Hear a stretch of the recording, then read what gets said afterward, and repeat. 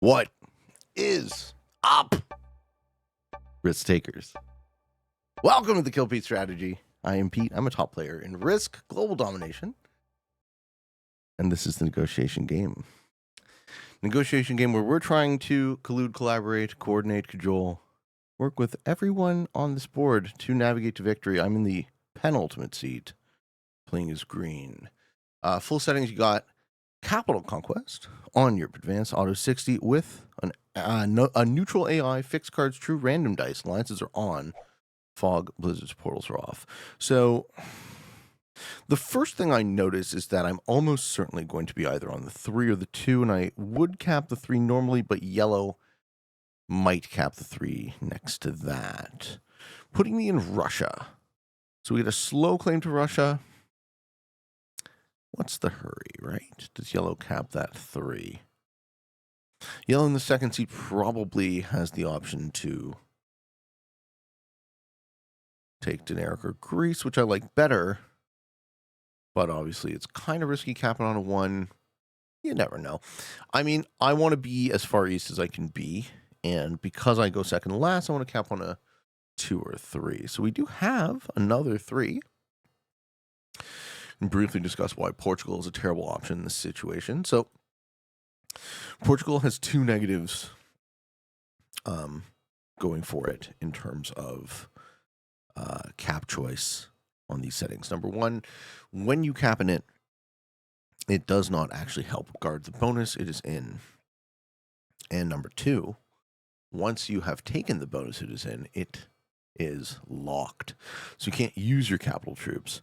Both of these are very solid negatives against Portugal.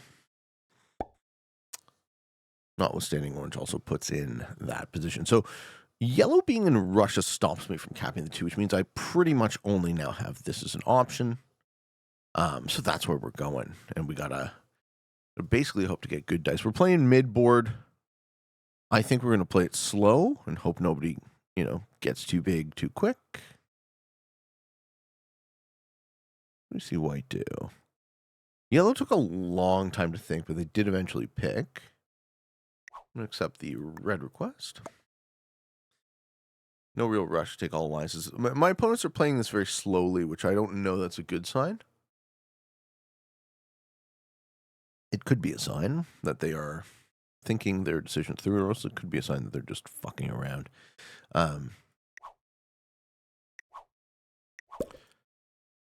Yeah, white being there is bad for me. I have to pick a position that's essentially between yellow and white. Okay, so there's only 2 players in the West, red and orange. So what's going to happen is red takes this, orange takes this. Yellow, I assume, takes Scandinavia, and then there's going to be ideally a war between those 3 players behind them.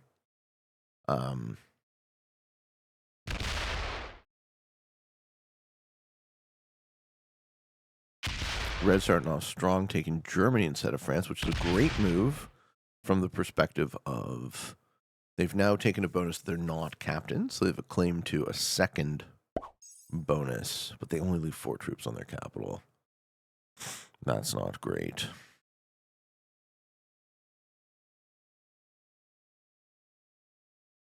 I go second last. Strongly recommend not leaving 4 troops on your capital. This is a trusting play, perhaps, but it's also a very high risk play. Yep. And yellow takes Scandinavia. It breaks. Never mind. Breaks immediately. Lol. Okay. Interesting. I was going to steal the red cap, but now I probably don't.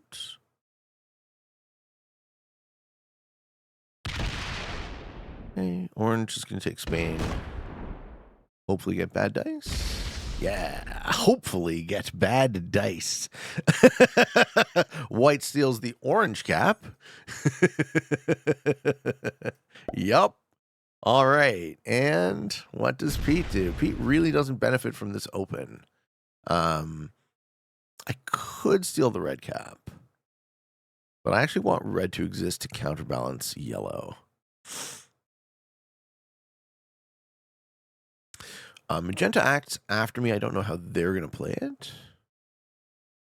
White seems to take absolutely forever to take a game action. Okay, so my long-term line to a bonus is what? The one I'm captain? I think we take a wait-and-see approach on our first turn. That was my 9v2. Yeah? My 9v2 is perfect. Okay. We very slowly try to take the +8. Just clean out the corners of Vassapole. Hopefully, yellow tries to establish behind their cap. I don't want to roll that for, but I will. Magenta's going to take a +4 turn 1. No, Magenta's going to play badly. Okay, if I'm Magenta, I take this +4 turn 1 and use it to take Orient. They're doing something different. They're trying to take Orient a different way. Okay.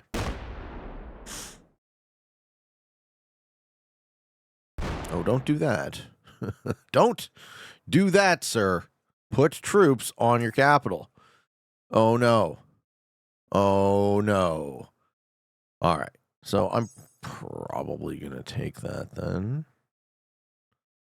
Unless white ganks it. Okay. Red doesn't retaliate on yellow. So far, this is all good for white. Yeah. Red takes Iceland. So yellow cut red down early. Does yellow get the idea to continue to try to do that? So we would see add to the 5, go pop, pop, pop. I think once you've hit someone, it's a lot more likely that you're going to continue hitting them.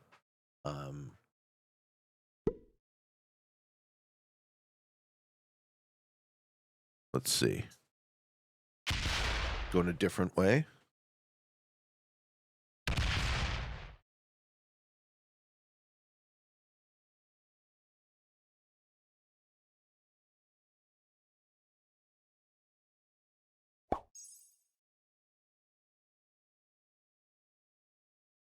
Okay, so now it is yellow's turn for shitty dice. Orange will have quit, I'm guessing, after losing their capital.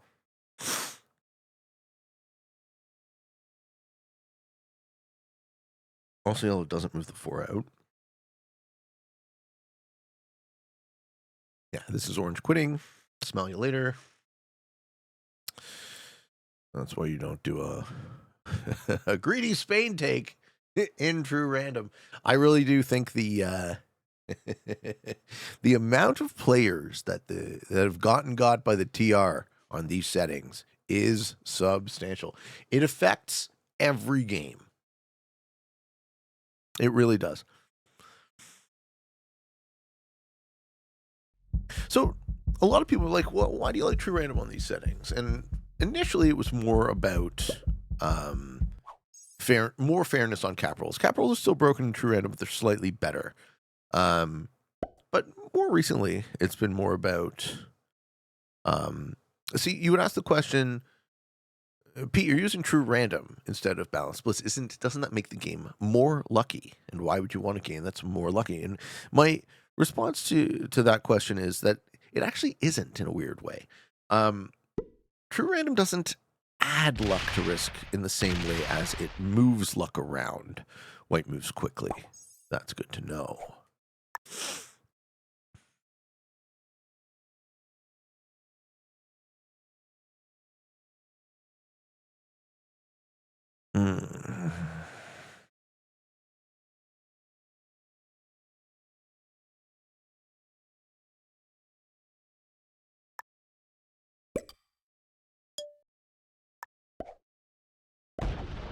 I'm trying to move stupidly and slowly and see if that... buys me anything. So yeah, the question is, you're using true random instead of balance splits. Balance splits designed to create 100% outcomes. True random rules, truly random for those types of outcomes. Why on earth wouldn't you just use balance splits? And how would using true random not just be adding luck? And the way I answer it is that in Risk, there are a number of different types of luck. You have the spawn, you have the cards, you have the dice, you have the vagaries of whether or not your opponents are going to hit you or hit someone else. And there are skill gaps for each of those types of luck. So one of the things that I think about is, how do I leverage the maximum number of skill gaps to make skillful settings such that I can win the game? And in this case, it is less a matter of adding luck with the true random, but rather moving luck around. So if you have a predictable open, players play a certain way.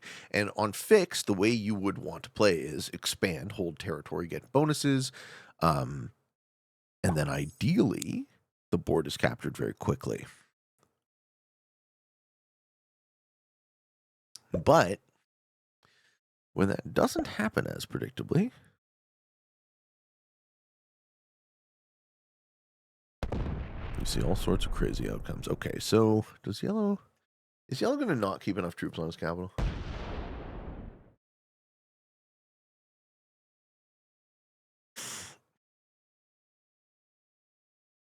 Move your 4 out. He allies me, but he doesn't even offer me anything. Okay. Now might be the turn to take the +8. But offer an alliance to white. White is the guy that I have to watch out for this game. Yeah. I'm going to also offer an alliance to magenta. So white's in the driver's seat here. White's going to take Spain, maybe. Magenta's still working on Orient. But I'm weak. I have 1 big capital, that's it.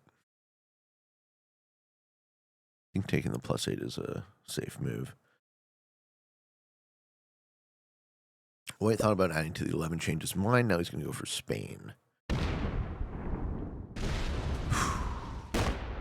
Very expensive. But if he holds 2 +4s with 2 caps, he starts winning this game quickly. All right, so the next thing I want to see is, can I take this +8? I don't really have an expansion plan after, so I need my neighbors to be cool. I'm allied with everyone who's still alive in this game. I'm going very slowly. How do we do on the 4? Perfect dice. Right? Nope. We get a negative roll. That's okay. Surely no one breaks this. If white has 2 +4s, I can have a +8. I don't see any problem with that in terms of board balance. I think yellow, for breaking red early, did slow red down, but now is in a situation where their expansion is fucked. And if he was truly an ally, maybe he would have considered rolling the 4 out of the top. So yellow has a claim to Russia before I do. But I really don't think that yellow will be able to establish his position after going bad and blocking red. Okay, magenta removes me from France for no good reason. Oh, and breaks white. Well then, that's lovely. Better him than me. White's like, fuck you. I should have stolen your capital. And you should. And I hope he does. I hope white, as the 11 goes pop, pop, pop, he gets a terrible roll and gives me 1 or both of these caps in the middle. Red's going to pump it into yellow now. No. Red's going to remove. Yeah, red's going to pump it into yellow now. Smell ya, yellow. Oh, yeah, that's not good. All right, I need that top cap ASAP. Do I have a set? Don't. All right, I need yellow's capital.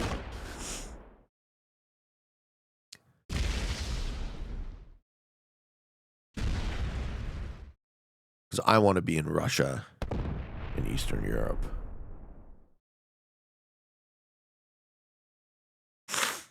Lol. Yep. And yellow instigated. Hopefully they don't quit here. The very worst possible thing is they could stack on cap and then bot. The very best thing is that they could roll the 7. Stack on cap, roll the 7. So here's my hoping for the latter. Stack on cap, roll the 7, please and thank you. Please not. Does that give that a cap to white, though? It probably does. Stack on cap to try and hold. Roll 7. Yes! Okay, just don't get it, white. Just don't get it.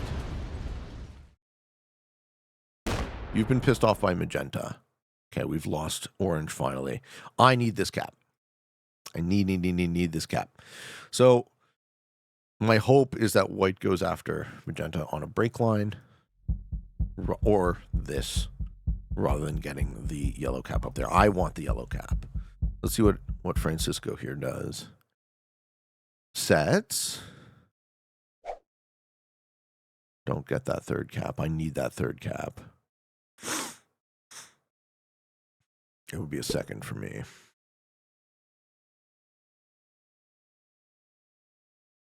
Okay, this is certainly not how I would have played it as white.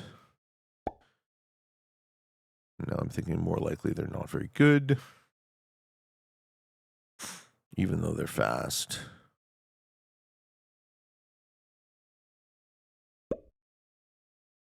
I'm trying to sit on that cap with what? Trying to kill yellow.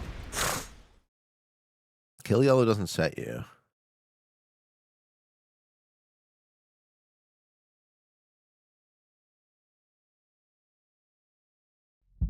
No break. Goes off cap. Okay.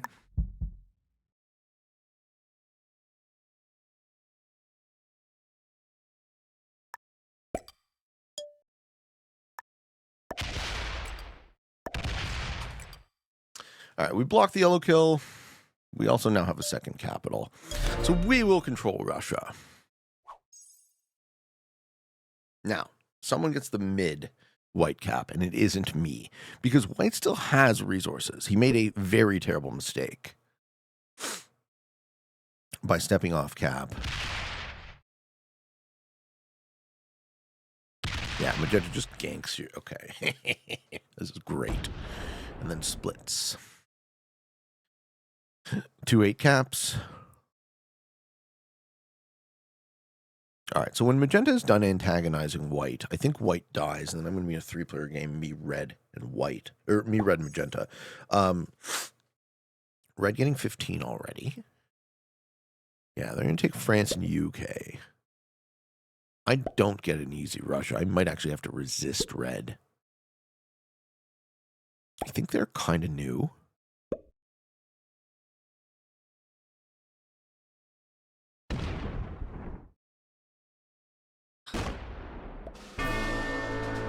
Free 4 cards.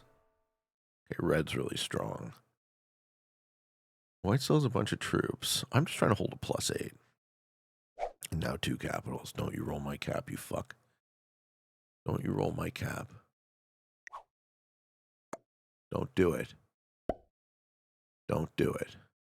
Wasting 10 troops up there is also an error, but it keeps me from breaking him, which is smart. This 5 goes into me, but it doesn't because it doesn't want to open up 14. So I actually think I stay cool with red. I go first and second with red, but red is really, really strong right now. So someone else has to resist him. If it's not going to be me, who is it going to be?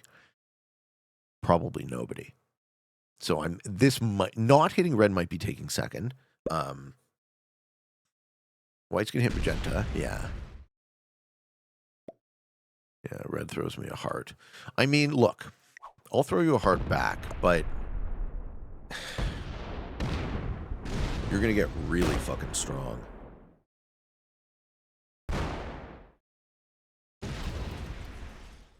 White is bombing troops out Y and quitting. Okay. So we're now in a 3-player scenario, and I'm going to say I would say to magenta to hit red, but I don't actually think magenta will.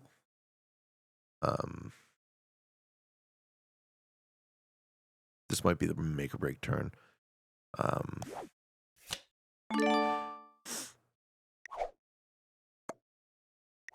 Do you like this or no? You want to attack red? Okay. Let's see if he does.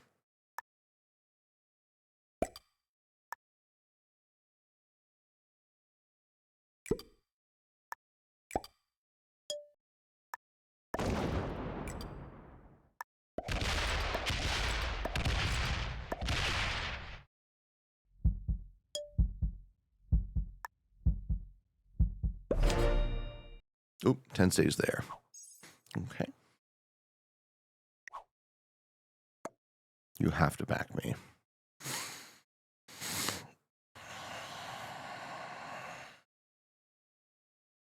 And they set. What's their name? Dastardly Critter. Doesn't look like they're backing me. Okay, maybe.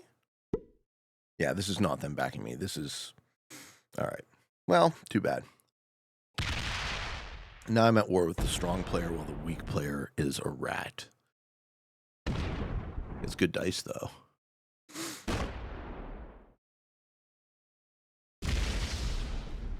Doesn't break me. Leaves a cab open? Okay, magenta doesn't really know what he's doing. I don't understand why white quit there. White was definitely not dead. Magenta leaves no troops on his capital. What do you think's going to happen? You're going to lose one of these caps. You might lose both. I don't even think that was a betrayal. I think he just really sucks. All right, 17 troops. This looks really bad for me. I get a single break. Okay, rolling the cap is good, though. You might get shit dice. Yeah, this is better. This will break everything I have. Oh, and he fucking quits! He fucking quits right there! That was a setup. That was a setup, Magenta. All right, I got set up, folks. 0 chance of taking a win here. That was dastardly. That was a dastardly play.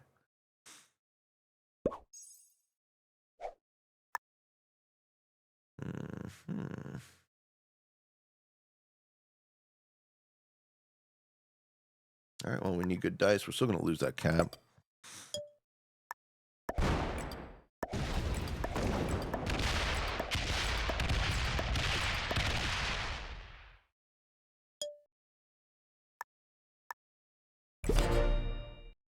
Set. Nice. Okay, maybe not 0 chance. We're still close. That was dastardly. That was a dastardly play.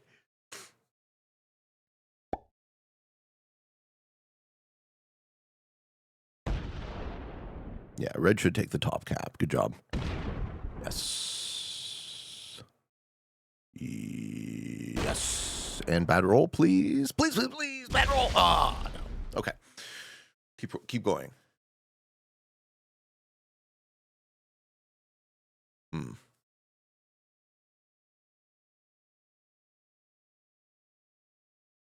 10 fortifies the other 10, but that's locked. All right, this is going to be a key turn. I can start to establish advantage like this. I go... Let's leave like 10 troops on that cap.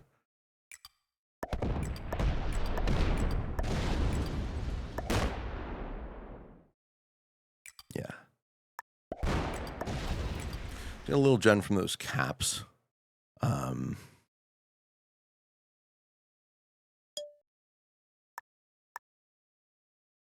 Red has cards, but now it's starting to look better for me. I got a lot of board. They kind of have to roll a cap. I'm just trying to hold board, right? Their caps aren't really mobile into me.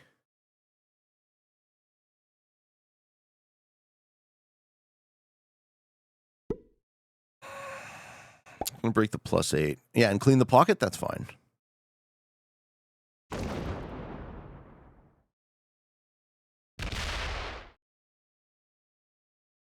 We're close in terms of troops.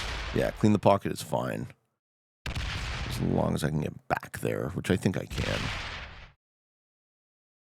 Keep red off any bonus possible.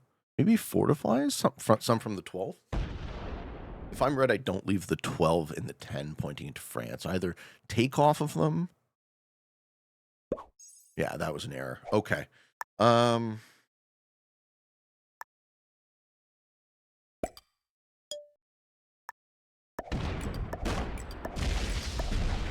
battle for Iceland, folks. But I have 3 caps, so I'm going to be out generating you.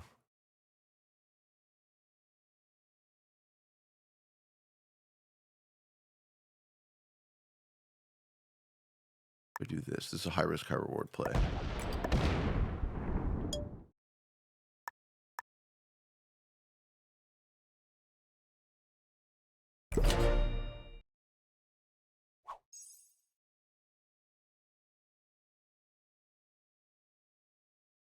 Maybe I should have forwarded from the internal 9. Okay. Any amount of hitting not me is good. I'm going to try and get in that way. Ooh, I like that. I like that. Well played. Yeah. Yeah, I like that. And get Iceland. Mm-hmm. He's going to have cards before me again, right?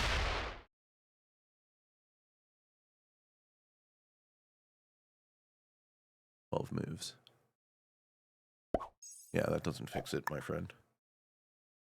Unfortunately.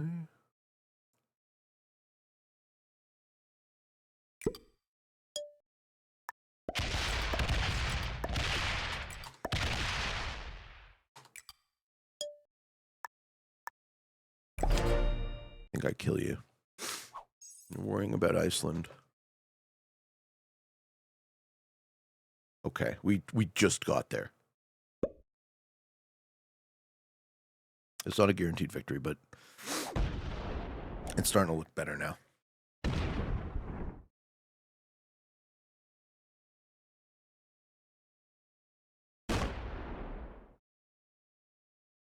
And also, well played to Red for fucking not quitting and playing this out.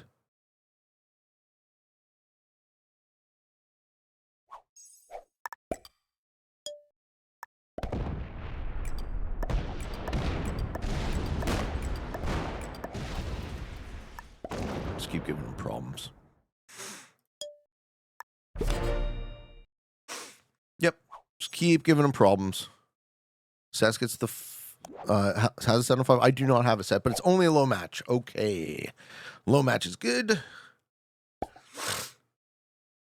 We do keep the Kukaracha up there. Yeah. Good game, Red. I think I gotcha. I think I gotcha.